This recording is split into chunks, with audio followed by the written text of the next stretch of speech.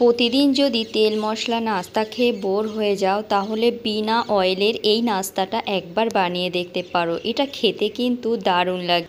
আর সবথেকে বড় জিনিস 5 থেকে 10 মিনিটের মধ্যেই কিন্তু এই নাস্তাটা বানিয়ে ফেলতে পারবে, এত জালিদার তৈরি হয়। আর আজকে কিন্তু আমি এটা সার্ভ করেছি গুড় দিয়ে।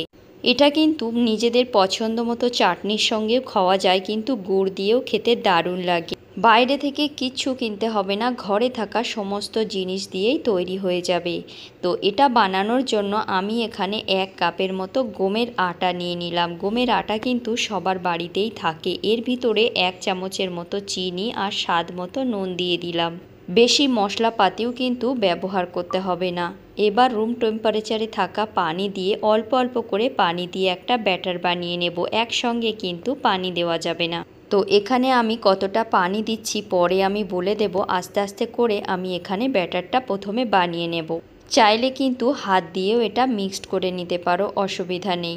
এই নাস্তাটা কিন্তু সুজি দিয়েও বানানো যায়, কিন্তু ওর প্রসেসটা একটু আলাদা হয়, কিংবা চালের আটা দিয়েও আমরা অনেক সময় বানিয়ে থাকি। একটা জিনিস বানাতে এক এক রকমের প্রসেস থাকে আর তার টেস্ট কিন্তু একটু ভিন্ন ধরনেরই হয়।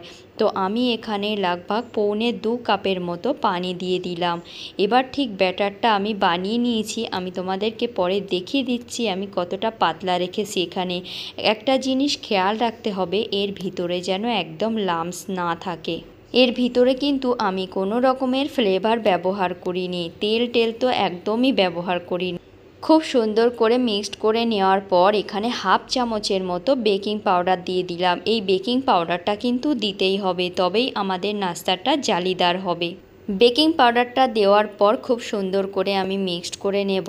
এবার আমি তোমাদেরকে দেখিয়ে দিচ্ছি, ঠিক এই রকম হতে হবে, না ज़्यादा পাতলা করেছি আর আমি একদম থিকও রাখিনি। ব্যাটারটা ঠিক এই রকম। আশা করছি তোমাদের বুঝতে অসুবিধা হয়নি। তো চলো এবার এটা সাইডে রেখে দিই, ততক্ষণে গুড়টা বানিয়ে নিই।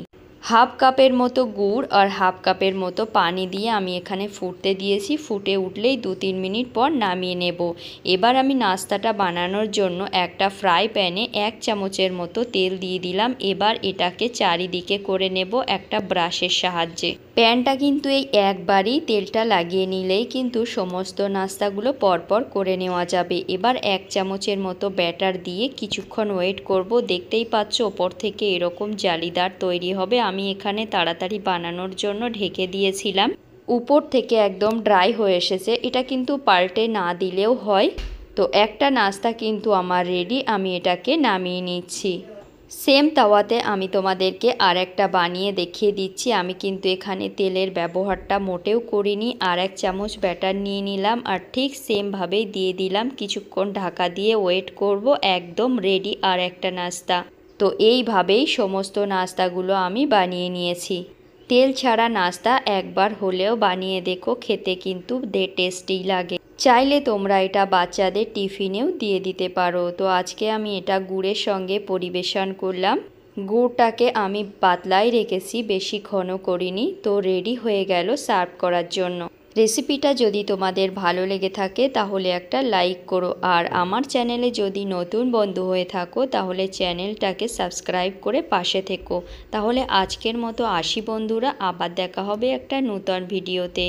বাই বাই, সবাই ভালো থেকো।